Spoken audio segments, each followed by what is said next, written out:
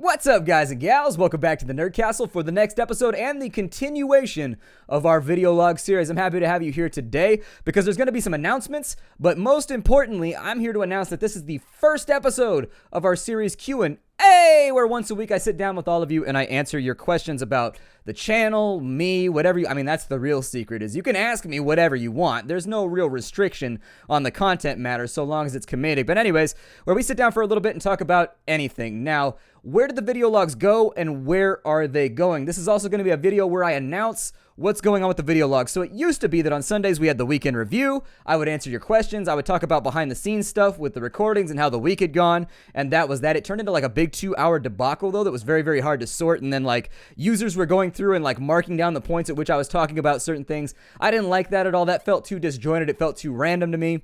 And so what I'm going to do is I'm going to split everything into 3 separate series. The first is going to be Q&A. You have to do the hand. You have to do it. If you don't do it, it's not quite as fun. When you read the title, you got to be like, oh, I'm going to watch Q&A today. That's half the fun of doing it. So anyways, the first thing is we're going to have Q&A from now on. That's going to be once a week. I haven't decided on what day. It'll probably be Fridays, but I may do it on Mondays. I don't know. It's going to be a video log where I just answer your questions. And if you have questions, leave them down below for me in the comments. I guess the questions from today are going to be sort of from a while back. There's also a thread on the Steam forums that you can post questions on. It'd be easier, though, for my collection if you did it on YouTube. So do whatever you want. I realize I can request, but just fire your questions out into the ether and hope that they land in the right spot. That's cool, too. Eventually, I'll track them down. The second series that we're going to be resuming, weekly reviews. So the weekend review was a series that I used to do where I used to just talk about the various series we have going on and what I'm going to be doing with those, how they're working, how they're surviving. I'm going to bring that back because I like it, but I'm going to try and I'm going to try and make it terse, I guess. I'm going to try and keep that series sort of like condensed so it doesn't turn into like the big 2-hour talks that it used to be. And that's going to be all the information you need to know at the end of the week about everything we've got going on at the Nerd Castle. It'll be the place where I do announcements, very sort of like form and functional type stuff, basically the bureaucratic video log. I don't mean to make it sound not fun. It will be fun, I promise. It's going to be super awesome. But I just spit all over my monitor when I did that. It was like all over the place. I'm like, man, that voice, like seriously, Doug's voice, so much saliva. So much, but super awesome, and it's like everywhere. Like nobody wants their microphone back after you do that voice. And then the third video log. So I know I haven't been doing anything lately with video logs. That's because my camera was broken. And so my camera being broken was actually kind of a major thing because I tried to fix it by throwing it against a wall. That didn't work so well. That actually made it more broker. And so then it would just turn everything blood red, so it looked like I was in some kind of weird Dracula novel every time I did a video log. So I got a new camera. That's pretty cool. Everything should be functional from here on in. I'm hoping we don't run into like any major problems, but at the end of the day, we've got stuff to talk about. So let's get on with the Q&A. I think the questions that I'm going to go with today, these are older questions. They come from like way back in like 2013. I'm sorry, not 2013. I almost said 213. I was like, this channel has been around for a very, very long time. I got questions from 213 where the guy's like, so do you think that the Grecian governors, you think that they're actually going to go through with that Proposition 218 thing? I don't know. I mean, honestly, the urn tax is way too much. I feel like with the urns that I have, I've earned the right to have those, and then I've also earned the right to not pay a tax on my urns. And so, do you think that's going to go through? How do you feel about the politics of Athens right now? Anyways, back to the point.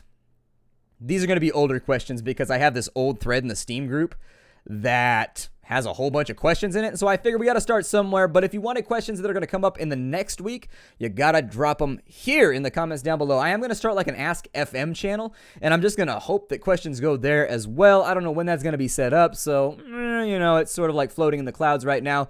What are you going to do? So let's get with the Q&A. I almost called it Q&Yay. I called it Q&A for like a little bit, and then I was like, I could do like a Fonzie like Q&A.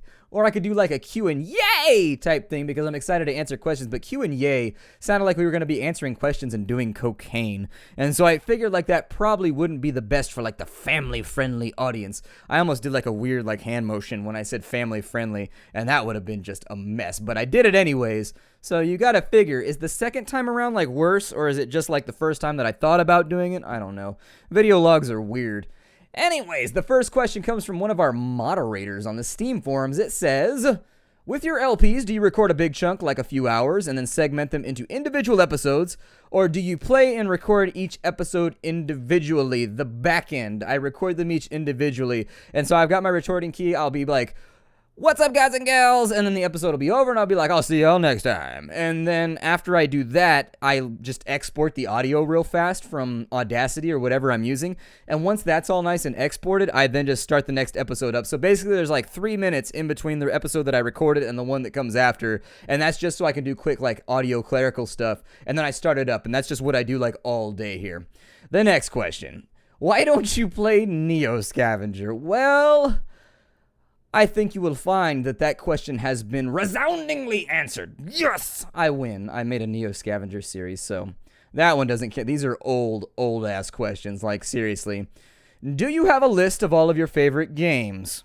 By the way, did you ever play the classic Sierra, City Builders, Caesar 3, Pharaoh, or Zeus and Poseidon? I'm going to answer the last question first because that one's a little bit shorter. As in 2 letters, no. I did not play any of those games. I did play Quest for Glory and like King's Quest and some of those other Sierra games, though. So I am familiar with Sierra Software. It is a company with which I am acquainted through hugging and video games, and so I've heard of them already. And yes, that was like the heyday of Sierra back then, so they made a lot of games. I was like young at the time, and we didn't have a very good computer, if we even had a computer at all. I think the first computer we ever got was like a Pentium. No, we had an Apple IIe. And I played that for a while, but then my dad sold it or something. I don't know what he did with the Apple IIe. And once the Apple IIe went away, we got like a Pentium 1 or something for my dad's business. But I would sneak out there every now and again and like play MechWarrior on it or like random Quest for Glory type stuff. It was pretty cool. I had Wolfenstein. That was fun. But anyways, the first half of your question, I do have a list, and I made it before I recorded this. And so that's going to help me out tremendously. My favorite games in no particular order, if they're on the list already, it means that I can't put them. So I'm not going to be like, this one's number 10. I'm not going to be like, this one's number 6. And I'm not going to be like, this one's number 8. I like to make fingers that don't match. Is that a 2 or a 3 right there? See, this pinky is unruly. It does things that I don't. It hurts the top of my hand when I move my pinky right there. Like, how weird is that? Biology is strange. Anyway, why would that be a thing? You would think that you could just articulate wherever you wanted and it would never hurt if your body was designed well enough. I guess not. Apparently, the machinery of the back of my hand is faulty in some way. A pox upon it. Anyways, there's no particular order here. I like to make fingers that don't match the numbers that I'm saying. That point already across. Shadowrun for the Super Nintendo and for the Sega Genesis, although I favor the Super Genesis. The Super Genesis? I favor the Sega Genesis version because I feel like it was way more ahead of the curve. The Super Nintendo game is a good game for the time, but the Sega Genesis game was one of the last games they released for the Sega Genesis, like in 1995 or something like that. And it was open world. All of the jobs were like randomly generated. Like random things would happen when you walked around that were sort of like tabletop. You had to make dice rolls and figure out like what happened. You could be attacked by random gang members while walking around if you had been getting into trouble, or if you were just inside their territory. It was a cool game in a lot of different ways, and it was really, really ahead of the curve. And I liked it a lot. I played the hell out of that game. I probably have 1,000 hours on that game since I was like 14 or 15. I got it well after the PlayStation and the N64 were out. I saw it randomly because I wanted the game to begin with. I had played it before at a friend's house, and I saw it at a GameStop or something. It was Funko Land back then. I saw it at a Funko Land on a shelf when they were liquidating all their old games because the new consoles were out. And so I was like, ooh, and I sniped it for like $12.99. I don't have a box or anything for it, though, so I got to order that on Amazon so that I have a box to go with it. But I haven't done it yet because, it's one of those little things you never, it's like going to the optometrist. You never get around to it. It never happens. So anyways, I like Mountain Blade Warband after that. That's a pretty good game. I like Fable 1 and 2. Fable 1 and 2 are really, really awesome. I think Fable 1 is my favorite. Fable 2 had its moments, though. I liked how they incorporated guns, but I hate how armor didn't matter anymore in Fable 2. Fable 3 I liked, but I felt like they were getting too close to action and too far from RPG. And so, I'll probably try the next Fable game when it comes out, but I liked Fable 1 and 2 the best. Super Mario 64, I probably beat that like 30 times. I got all the stars like 1.5 million times. I played that game just ad nauseum. I played that game so much. It's me, Mario. And you could play with his nose on the title screen. It was great. Who doesn't want to play with an Italian plumber's nose?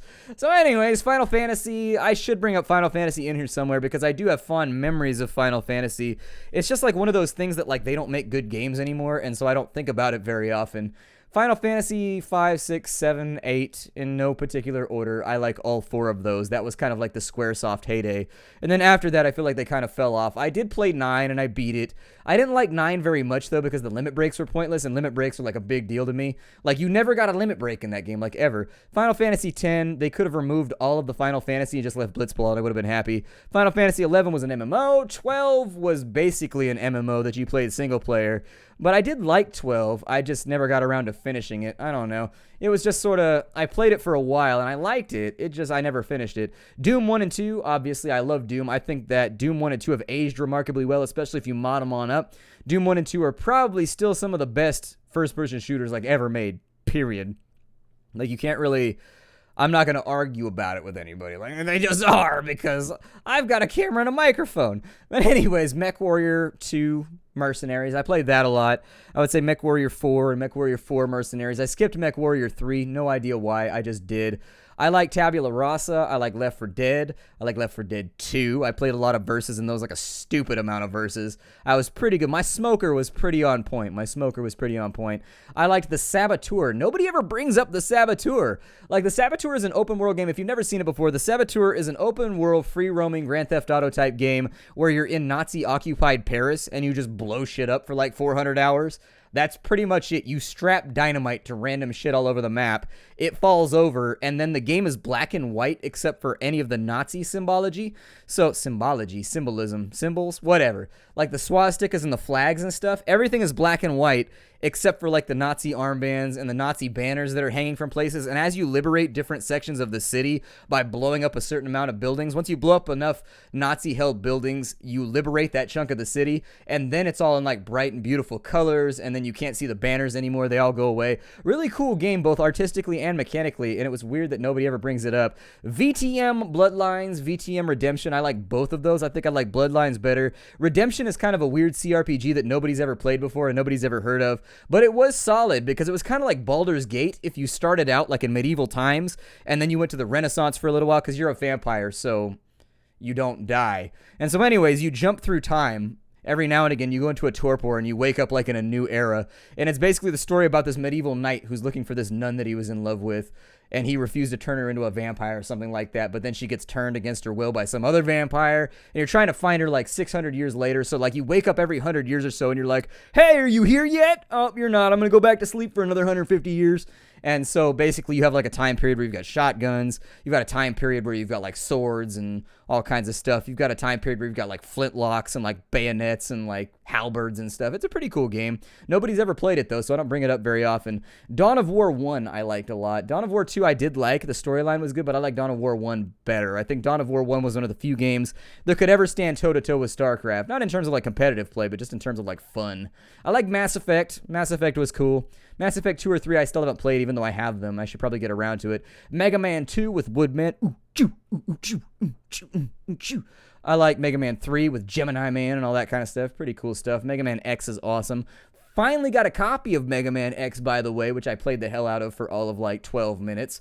And then I just never sat. I don't have a lot of free time. It makes me sad. I wish that I had more. If I did, it would be awesome, but nope, no free time, so unfortunately I don't get to play a lot of stuff. Lords of Magic I like. That's a game that's like a forgotten gem that nobody ever talks about. Lords of Magic is pretty cool. I like Bastion, Quest for Glory, King's Quest. I think that more or less like rounds out the list. I think I just about got everything in there. Having trouble thinking about anything else that I liked up in there. I suppose that like, if you went by hours played, World of Warcraft would be on the list somewhere. But anyways, that's a pretty good list right there. Let's find ourselves another question here. In the near future, would you consider doing a weekly event of playing with subscribers, which could potentially in itself be made into a series for your channel?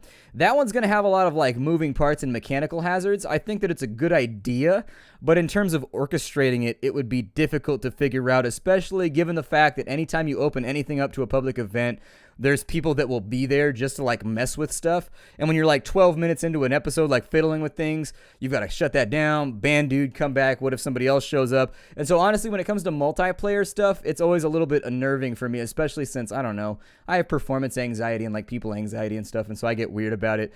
Do you consider, so what do you consider to be the spark that caused you to create YouTube videos. Actually, it was more or less just me watching other people making videos and realizing that I had been trained in the skill sets that would be required in order to like set up a camera and then make videos. And so I used to watch Mathis. I used to watch, who else did I watch? Jeff Major.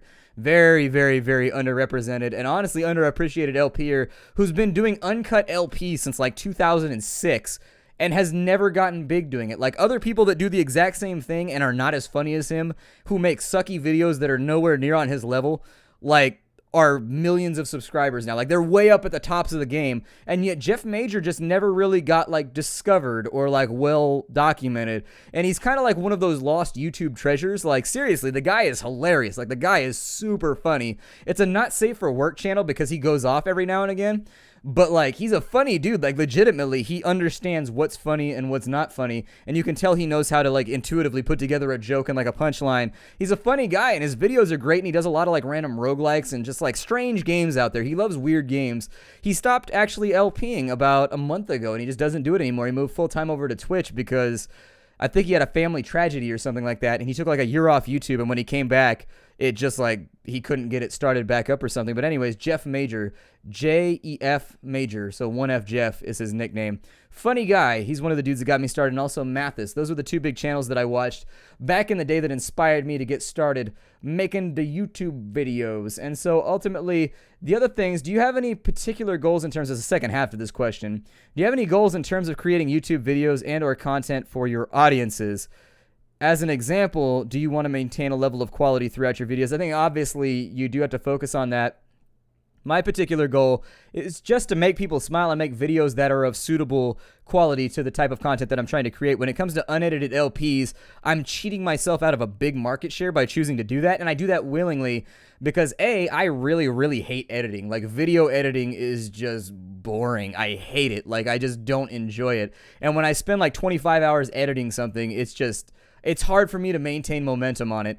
And so anyways, I tried doing edited videos for a little while on the channel, but it seems like I'm pretty well branded towards uncut content at this point. And so people didn't seem any more or less interested in the cut content than anything else. So I was like, whatever, we gave it a shot. But my goal in terms, like, I try to make a mission statement. When I first started out, I don't represent, but I recommend, there we go. The P turns into a C and then we move some letters around. I recommend that when you start a YouTube channel that you go hard at it and you make yourself a mission statement so that later on down the line, once you're jaded and like making money and there's tons of bullshit and there's people always trying to snipe you and make money off of you or cheat you, you can look back at that mission statement and you can remember what it was like to be like nobody with no subscribers and no views. And you can remember what your big twinkle in your eye was. And so for me, it was just to make people smile and to make people happy and to try and be funny and to try and make videos that were of decent quality. I think my videos more or less do those things, but it's good to keep your eye on the prize. And so that's actually the second half. The mission statement in and of itself is one of my goals. Like I want to be in a situation where when I look at my content, I'm happy with what I've created, and I want to remain humble no matter how large the channel gets, because those temptations, like YouTube maintains like all the weird trappings of show business. Like I used to be a traveling musician, and I was semi-popular at it. I was pretty prolific at it in the Sacramento kind of Tri-County YOLO area. Like we were a pretty sizable band. Like we could draw crowds every now and again, and the correlation that I see between YouTube and that is that once you start to get larger, there's definitely that temptation to just become an asshole and be like, I'm famous, I don't care, give me another beer, and just like run off at the mouth all the time. And I see it happen all the time to YouTubers where they just turn into dicks. Like when they're on YouTube, they'll act super nice with their fans and whatnot, but in real life, they're just anuses and you can't stand them. So anyways, I've really tried to focus on remaining humble because, like a Rolls Royce or like diamond earrings and shit, that doesn't do anything for me. I don't put a whole lot of stock. Like just because you're rich or just because you have this, that, or the other doesn't make you a better person than anybody else. It doesn't put you on a pedestal. And the fun thing about pedestals is that when you fall from them, you're a lot higher, so it hurts like hell rather than falling from the ground. So I try to remain humble. That's a big goal for me, and it sneaks up on me. Sometimes you get those voices in the back of your head that's like, I don't need this. I'm a YouTuber of moderate size. I have internet fame. I don't need this. Get away. Like there's that little voice in the back of your head for real that tries to make you be like that, and you just got to catch it real fast and just be like, shut your mouth. Anyways, what has been your happiest moment in gaming history? Probably Skyrim. I think it was probably Skyrim. Like I skipped Oblivion in between Morrowind and Skyrim, and when Skyrim, like the moment that I loaded into Skyrim and it's got like the ba ba ba ba ba ba ba ba ba ba ba ba. I was like standing on my chair, like I was so excited about it. Like I was super stoked. Like my feet were up on the desk, just like like I was so. That's probably the happiest I've been in a while. I don't know if that's supposed to tie in with YouTube or whatever. But I don't know. If you were tying it with YouTubing, so if you wanted me to talk about my happiest moment in YouTubing history, I would say that, like, I don't know. It's not like any one big moment. It's a collection of little moments. Like sometimes when I'm really down, it like blows my mind how people lock in on that, and people like notice that you don't feel good about what you're doing and that you're kind of like losing the faith and the candle's kind of burning out. It's little moments where like people will hit me up on Skype or people will hit me up on YouTube or wherever else or on Twitter, and they'll just have like these little beautiful like 2-line sentences that are just like, you're the shit, man, hang in there. And I think everybody needs that from time and time again. Like everybody needs like that little pep talk because everybody gets burned out with their job occasionally. And so as a final question, I thought that I'd mix this up a little bit and try to be creative. As a gamer, you more than likely have hundreds of games in your history, and among those you will have had favorites, and among those lifelong memories. Having said this, it's rare that any gamer will define a game to be perfect. And of course, this opinion would be different for every gamer. But if you could define your ideal game, what would it be? That's actually a really, really in-depth question. And it's not one that I was entirely prepared for. But I think in terms of memories gleaned versus the amount of enjoyment versus the mechanics in the time period that they existed, I think that probably Shadowrun for the Sega Genesis would be my perfect game if I had to define it within just time period, context, mechanics available at the time. For like 1994, 1995, that game was just utterly absurd and it blew my mind. And to this day when I play it, it's with a healthy dose of nostalgia because I was there in the time period where that game came out and I remember how mind-blowing it was then. And even though better things have come up now in terms of just like depth of gameplay and how many offerings they have, from, you know, this game to this game or whatever, I find that for whatever reason, whenever I boot that game up, I get warm and fuzzy. So I don't know. It's pretty cool. All right. So on to the next question. I had to make a little cut right there because I had a kitten-related emergency. Have you seen Zeitgeist? I have not. It's actually like one of those things, like, you know, when you have Netflix, you're constantly putting things on that wish list that you never watch anything from because you're like, well, I could watch this right now and it could be intellectually stimulating, or I could veg out and watch The League for the next 8 hours. And so you constantly, like, you kind of get rid of, like, the healthy videos and the documentaries in favor of the things that raise your spirit so that you can go to work the next day and be, like, ready to roll. And so anyways, I watch a lot of documentaries and things. I haven't seen it, but I do have it on my Netflix list. And so it's on there. I just haven't gotten around to it. At some point, I will. I was wondering, you say you do work in geology. I have been very curious what type of work you do in geology and what field of geology you are most interested in. So the first part that I would have to split this into two pieces. The first half of the sentence, I don't work in geology. I went to college. I got really into geology. All the stuff that I ever did was for like research projects and stuff like that, or just like random like 95-page theses and things like that. So I did field work in college, a lot of it.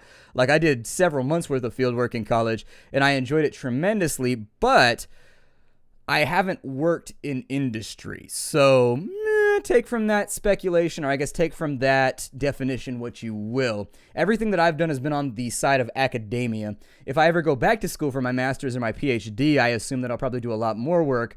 But the stuff that I've done as of right now has mostly been field geology while under the tutelage of random professors, research projects, and stuff like that.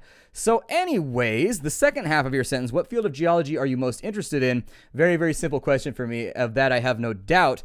This is one that I fire back very quickly. It's going to be Igneous and Metamorphic Petrology. That's always been my favorite. That and crystallography. I tended, when I was in college, I gravitated more towards things on the chemical end of the spectrum. Geology overlaps. Like I've always talked about geology as being the bard of science because you get to dabble in a lot of different things. When you get into Igneous and Metamorphic Petrology and crystallography, let's first define what those are, I guess. Igneous and Metamorphic Petrology is the study of igneous rocks, where they come from, where they go, how they crystallize, how they form, what effects they have on neighboring rock and things of that nature. It deals almost entirely with igneous igneous rocks and metamorphic rocks, as you could tell by the name. The petrology has to do with how they petrify and how they crystallize, and I very much like crystallography. My courses that I spent with my eye down a microscope were by far my favorite, and I've always gravitated towards things on the chemical end of the spectrum. So if I ever had something I went back to college for that was not geology, it'd be chemistry, because I'm absolutely in love with chemistry. I loved it very, very much in college. It was a subject that I found to be incredibly stimulating, and not only that, it was really useful for my geological studies as well.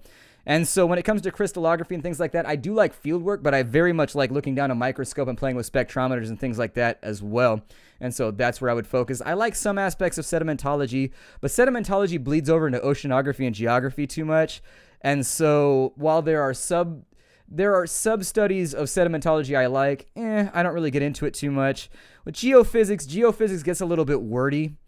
I think that my problem with geophysics is that there's a lot of mathematical things. Like, we need to shorten a lot of the fundamental theorems for geophysics, and I don't know if anybody's actively ever worked on that, but one of the reasons I don't like geophysics is the sheer amount of like mathematics and paperwork you have to do to answer the simplest questions.